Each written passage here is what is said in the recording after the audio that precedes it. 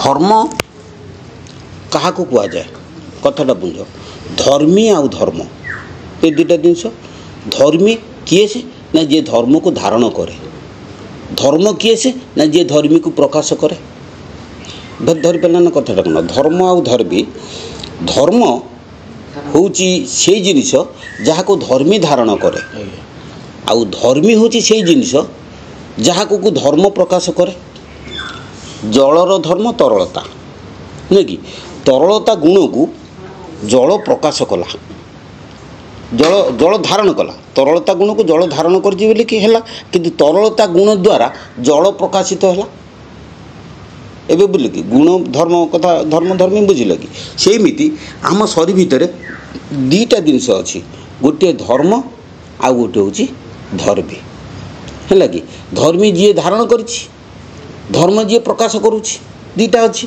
ये देह भितर धर्म क्षेत्र कुरुक्षेत्र किए से मुझे कथाटा बुझे दूसरी गोटे उदाहरण दूसरी प्रथम गोटे उदाहरण दूसरी गोटे स्पंजर कंठे आण से कंठेटा स्पंजर ताकू नहीं कि तुम जल देहरे बुड़े दि बुड़ला पर हम कौन ना स्पंज भितर टोटाल जल हो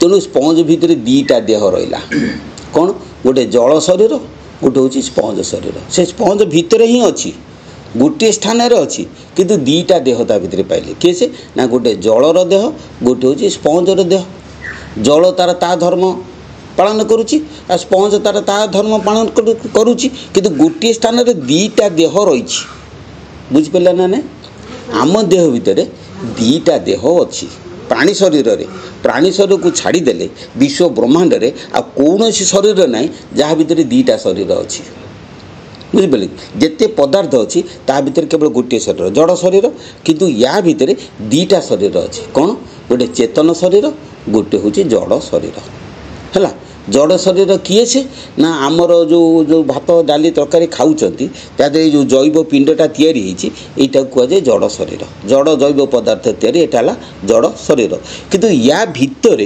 गोटे शून्य पूरिक रही देह भीतर गोटे शून्य पूरिक रही आम शरीर जेमितिका से शून्यर आकार से ही प्रकार है कि तेणु ता ना सूक्ष्म शरीर है सूक्ष्म शरीर स्थान है कौटी ना शून्य रे जड़ शरीर स्थान है पवन रे पवन रे आम शरीरटा रही ना किंतु शून्य शरीर पवन बाहर आम देह भीतर जो शून्य अच्छी से जगह सूक्ष्म शरीर रही ना या पछरे धर शुड़ी सार मु सब क्लीयर करदेवी जे एबे कथाटा बुझ जे गोटे हूँ सूक्ष्म शरीर गोटे हूँ स्थूल शरीर दीटा रही सूक्ष्म शरीर रे कौन कार्य ना सेटा निष्क्रिय शून्य रे कौन कार्य संपादित हुए ना सेटा हूँ निष्क्रिय शरीर है सेटी केवल प्रकृति विद्यमान धर्म विद्यमान जो धर्म गुड़िक ये स्थूल शरीर रे प्रकाश हो आत्मा है निष्क्रिय एवं शरीर है सक्रिय मन है आत्मा है निष्क्रिय शरीर है सक्रिय आत्म क्षेत्र है निष्क्रिय क्षेत्र शरीर क्षेत्र है सक्रिय क्षेत्र आत्मा है धर्म क्षेत्र ये है कुरुक्षेत्र है शरीर कुरुक्षेत्र से जो निष्क्रिय आत्मा आम शरीर भितर आसिक क्रियाशील हुए किमिति क्रियाशील हुए ना शरीर भितर जो आत्मा रही जो अव्यक्त प्रकृति चेतना रूपी अव्यक्त प्रकृति आम शून्य रे विस्तार लाभ कर आम शरीर सहित से अव्यक्त प्रकृति मान निष्क्रिय प्रकृति से निष्क्रिय प्रकृति कौन हुए ना सी जो देह तैयारी हुए से देहरे सक्रिय हो उठे प्राणी देह को छाड़देले निष्क्रिय अव्यक्त प्रकृति आम जेकोसी प्रकार जड़ पदार्थ से सक्रिय होबार शक्ति तार ना उदाहरण हूँ जे गोटे तार रे विद्युत शक्ति प्रवाहित हम यहाँ तार धर्म किंतु गोटे सूतार प्रवाहित हो पारनी यहाँ तार स्वतंत्र धर्म ठीक सेमती जे सूताटा इन्सुलेटर नुहे कि आउ तारटा है कंडक्टर ठीक सेमती ये जिते प्रकार पदार्थ एगुड़ा सब चेतन शक्तिर इन्सुलेटर ये सी चेतन शक्ति प्रवाहित हो पार ना तार धर्म सेटा किंतु प्राणी शरीर से प्रभावित हम तेणु से जो शून्य जो चेतन शक्ति रहिले से प्राणी शरीर रे से किमिति हुए ना जिते प्राणी शरीर को आसे कन्भर्ट हुए से चेंज आसे ता रूप बदली जाए। गोटे उदाहरण दूची विद्युत शक्ति जिते हिटर रे जाकि हिट के कन्वर्ट हो गला से लोप पाईगला हिट प्रकाश पाइला ठीक सेमती ये शरीर भितर जिते चेतन शक्ति चेंज हो गला कन्वर्ट हो गला इंद्रिय शक्ति रे परिणत हो गला से चेतन शक्ति विलोप हो गला खाली इंद्रिय शक्तिर प्रकाश है कौट देह भितर ये इंद्रिय शक्ति केतोटी ना 14टी इंद्रिय 14टी इंद्रिय आम देह भितर रही आम टोटाल शरीर जंत्र को सक्रिय करुँच किए से ना मन बुद्धि चित्त अहंकार 4टी अंतर इंद्रिय चक्षु मुख नासा कर्ण चर्म है कि चक्षु मुख जिह्वा नासा चर्म ये 5टी हेले ज्ञान इंद्रिय मुख हस्त पद मूत्रद्वार मलद्वार ये 5टी हेले कर्म इंद्रिय ये 5 से 5 10 4 14 ये 14 प्रकार स्थान रे चेतन शक्ति 14 प्रकार इंद्रिय शक्ति परिणत होगी आम शरीर की परिचालना करुच्ची तेणु यहाँ कुरुक्षेत्र कहीं ना ये कार्य करुच्ची चेतन शक्ति 14टी इंद्रिय परिणत हो आम शरीर में कार्यक्षम अवस्था रही अहरह से कार्यक्षम कार्य करुच्ची तेणु शरीरटी है कुरुक्षेत्र बुझिपारे किंतु चेतन शक्ति निष्क्रिय जो आत्मा सी कौन करना से शून्य रही सी है धर्मक्षेत्र तेणु शरीरटी हूँ धर्मक्षेत्र शून्य शरीर भितर थिबा शून्यटा हूँ धर्मक्षेत्र एवं शरीर भितर आत्मार जो प्रकाश होउची इंद्रिय शक्ति उपर परिवर्तित होउची आ ना हूँ कुरुक्षेत्र कौन बुझिपारे ना धर्मक्षेत्र कहते कुरुक्षेत्र क्या कहते किंतु यही जो धर्मक्षेत्र रहिले धर्म ता सहित धर्मक्षेत्र कि गोटे प्रकृति रही कुरुक्षेत्र गोटे प्रकृति रही ये इंद्रिय गुड़िक सब कुरुक्षेत्र जो प्रकृति करती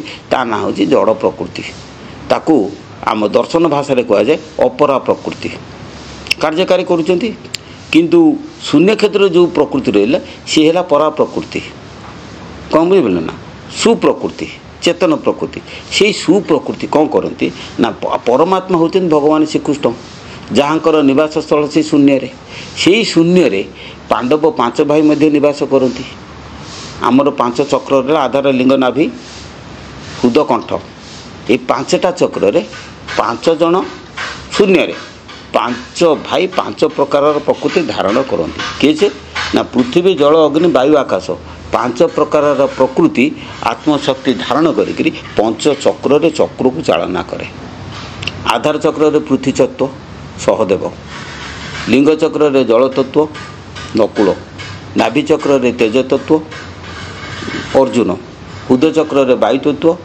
भीम कंठ चक्र आकाश तत्व युधिष्ठिर ये 5 भाई रहिले किंतु त्रिकुट ललाट चक्र जो रहिले परमात्मा सी निजे ज्ञान स्वरूप सी हूँ भगवान श्रीकृष्ण है तेणु ये ललाट रही श्रीकृष्ण ये 5 चक्र रही 5 भाई ये 5 भाई की लेकिन भगवान श्रीकृष्ण कौन करती ना कपिध्वज रथरे सारथी होती कपिध्वज नाम ताहार जार ध्वजारे कपि देखुअछि नाट त्रिकूटे हनु प्राण स्वरूपी हनुमान हूँ प्राण शक्ति प्राण शक्तिटा पवन रे परिचालित हुए पवन पुत्र हनुमान माने प्राणर शक्तिटा को कहुए हनुमान प्राणर गोटे अंश हूँ हनुमान प्राण हूँ पवन पवन नहीं प्राण शक्ति है यही प्राण शक्ति हूँ कौन ना गोटे रथ प्राण शक्ति रे गुरु नाम हूँ रथ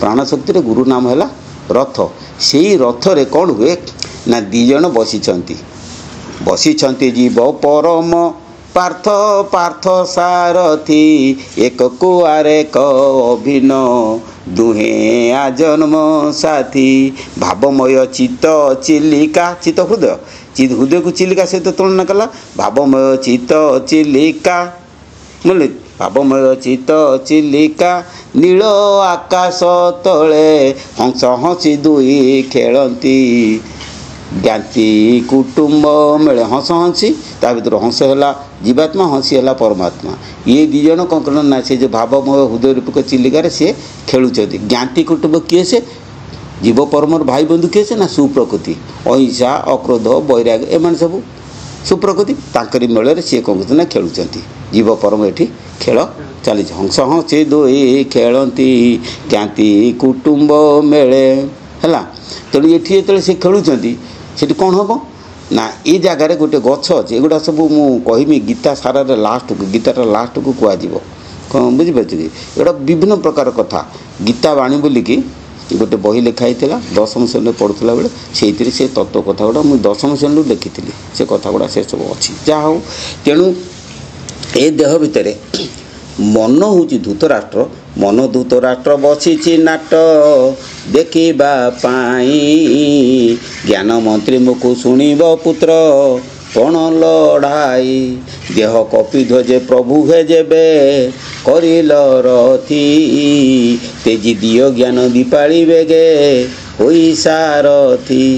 ମାନେ ଇଏ ସବୁ ଶରୀରର ତତ୍ତ୍ୱ ଅର୍ଥ ଏଗୁଡ଼ାକ ସବୁ କ'ଣ ବୁଝିପାରିଲେ ନା। ତେଣୁ ଯେ ସାରଥି ହେଲେ କିଏ ସେ ନା ଭଗବାନ ଶ୍ରୀକୃଷ୍ଣ, ରଥି ହେଲେ ଅର୍ଜୁନ, କପିଧ୍ୱଜ ହେଲା କିଏ ସେ ନା ଗୁରୁନାମ। ଗୁରୁନାମ ରୂପକ କପିଧ୍ୱଜରେ ଶିଷ୍ୟ ହେଉଛି ରଥି, ଗୁରୁ ହେଲେ ସାରଥି। ଏ ଦୁଇ ଜଣ ବସିକିରି ପବନ ହେଉଛି ଘୋଡ଼ା ବୋଲିକି, ଇନ୍ଦ୍ରିୟ ହେଉଛି ସଡ଼କ, ଇନ୍ଦ୍ରିୟ ସଡ଼କରେ ପବନ ଘୋଡ଼ା ଟାଣୁଛି କାହାକୁ ଗୁରୁ ନାମକୁ, ଟାଣିକିରି ଏ ଇନ୍ଦ୍ରିୟ ସଡ଼କରେ ଚାଳନା କରୁଛି। ଯୁଦ୍ଧ କିଏ ସେ ନା ଯୁଦ୍ଧ କ୍ଷେତ୍ର ତ ମୁଁ କହିଦେଲି, ଧର୍ମକ୍ଷେତ୍ର କୁରୁକ୍ଷେତ୍ର। ଏ ଧର୍ମକ୍ଷେତ୍ର କୁରୁକ୍ଷେତ୍ରରେ ଅର୍ଜୁନ କ'ଣ କରିବ ନା ସାରଥି ହେଇକି ଅର୍ଜୁନ ହେଲା ରଥି ହେଇକିରି ସେ କ'ଣ କରିବ ସେଠି ଯୁଦ୍ଧ କରିବ। କେଉଁ ଯୁଦ୍ଧ କରିବ? ପ୍ରାଣାୟାମ ରୂପକ ଯୁଦ୍ଧ। ସାଧକ ଯେତେବେଳେ ଯୁଦ୍ଧ କରେ ପ୍ରାଣାୟାମ ରୂପକ ଯୁଦ୍ଧ ସିଏ କରିବ। ପ୍ରାଣାୟାମ ଦ୍ୱାରା କ'ଣ ହୁଏ ନା କୁପ୍ରକୃତି ବିନାଶ ହେଇକି ସୁପ୍ରକୃତି ଜାଗ୍ରତ ହୁଏ। ଯେଉଁ ପ୍ରାଣାୟାମ ସଦ୍ଗୁରୁ ଦେବେ ସେ ସଦ୍ଗୁରୁଙ୍କ ପ୍ରାଣାୟାମ ଦ୍ୱାରା କୁପ୍ରକୃତି ବିନାଶ ହେଇ ସୁପ୍ରକୃତି ଜାଗ୍ରତ ହେବ। ସୁପ୍ରକୃତି ଯେତେବେଳେ ଜାଗ୍ରତ ହୋଇଯିବ ଆତ୍ମରାଜ୍ୟ ସ୍ଥାପନ ଆମେ କରିବା, କର୍ମରାଜ୍ୟକୁ ନଷ୍ଟ କରିବା, କୁପ୍ରକୃତିକି ବିନାଶ କରିବା, କୌରବମାନେ ଧ୍ୱଂସ ହୋଇଯିବେ, ପାଣ୍ଡବମାନଙ୍କର ବିଜୟ ଲାଭ ହେବ। ତେଣୁ ସାଧକ ସୁପ୍ରକୃତିରେ ପ୍ରତିଷ୍ଠା ଲାଭ କଲେ ମୋକ୍ଷ ଦିଗକୁ ଗତି କରିବ। କୁପ୍ରକୃତି ଥିଲା ପର୍ଯ୍ୟନ୍ତ ସେ ମୋକ୍ଷ ଦିଗକୁ ଯାଇପାରିବନି, ସୁପ୍ରକୃତିରେ ସେ ମୋକ୍ଷ ଦିଗକୁ ଗତି କରିବ। ତେଣୁ ଏଇଟା ହେଉଛି ତ ଚରମ ତାର। ଧରିଣ ପ୍ରଣବ ଗାଣ୍ଡିବ ଯିବ ବସିଛି ଯୋଗେ, ପ୍ରାଣ ତୀର ଦୁଃଖୀ ଇନ୍ଦ୍ରିୟ ବୃତ୍ତି ଛେଦିବ ଆଗେ, ବିପକ୍ଷ ପ୍ରକୃତି ବିନାଶୀ ଭାବୁ ହୋଇବ ମୋକ୍ଷ, ଭେଦିବ ପରମ ଶରୀର ତାର ଚରମ ଲକ୍ଷ୍ୟ। ବୁଝିପାରିଲ ନା କଥା? ତାର ଚରମ ଲକ୍ଷ୍ୟ କେଉଁଟା? ପରମାତ୍ମା ଶରୀରକୁ ଭେଦ କରିବ। ମୁଁ କେମିତି ତା ସାଙ୍ଗରେ ଯାଇ ମିଶି ଯିବି, ଏଇଟା ଆମ ଚରମ ଲକ୍ଷ୍ୟ। କେମିତି ନା ବିପକ୍ଷ ପ୍ରକୃତି। ବିପକ୍ଷ ପ୍ରକୃତି କାମ, କ୍ରୋଧ, ଲୋଭ, ମୋହ, ମଦ, ମାତ୍ସର୍ଯ୍ୟ, ହିଂସା, ବରିତ ଏଗୁଡ଼ା ସବୁ ବିପକ୍ଷ ପ୍ରକୃତି। ତାକୁ ବିନାଶ କର, ବିନାଶ କରି ସୁପ୍ରକୃତି ଜାଗ୍ରତ। ଇଏ ହେଉଛି ଫର୍ମୁଲା। ଏ ଫର୍ମୁଲା ଯିଏ ଦେବ ଆଗେ ତା ପାଦ ତଳେ ପଡ଼। କାହିଁକି ନା ସିଏ ହେଉଛି ସଦ୍ଗୁରୁ ଏବଂ ତା'ର ଉଦ୍ଧାର କରିବାର ତାକତଟା ତା ପାଖରେ ଅଛି। କ'ଣ ବୁଝିଲ ନା? ୟାକୁ ଛାଡ଼ିଦେଲେ ଏଠିକି ପୁରାଣ ଗୀତା ଭାଗବତ ଚେତା କରାଇବା ପାଇଁ ତେଣୁ ବୁଲୁଥିଲେ ଜାନେ ବିଶ୍ୱ ସାରା ଯାଇ, ନ ପାଇବୁ କାହିଁ ନିଶବ୍ଦ ସ୍ଥାନ, କର୍ଣ୍ଣ ଥାଇ ଧ୍ୱନି ଶୁଣି ନ ଶୁଣିଲେ ଶୂନ୍ୟ ପ୍ରାପ୍ତି ହୋଇବେ ନିରଞ୍ଜନ।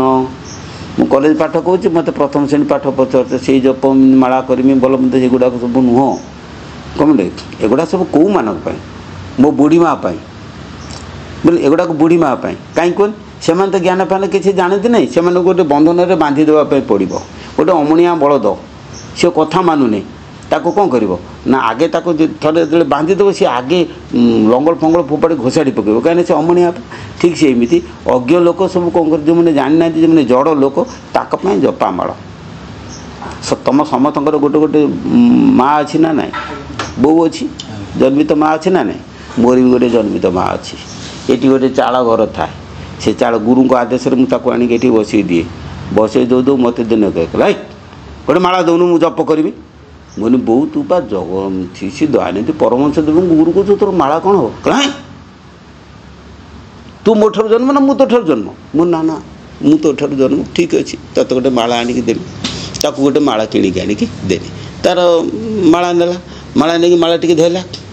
ମାଳାଟାକୁ ଧରିକି 1 2 7 9 20 20 50 ସବୁ ମାନେ ଗଣିତ ଶିଖିଲେ ଯେତିକି ତାର ଗଣିବ। ଦେଖ 108 ଜୟ ଗୁରୁ ଜୟ।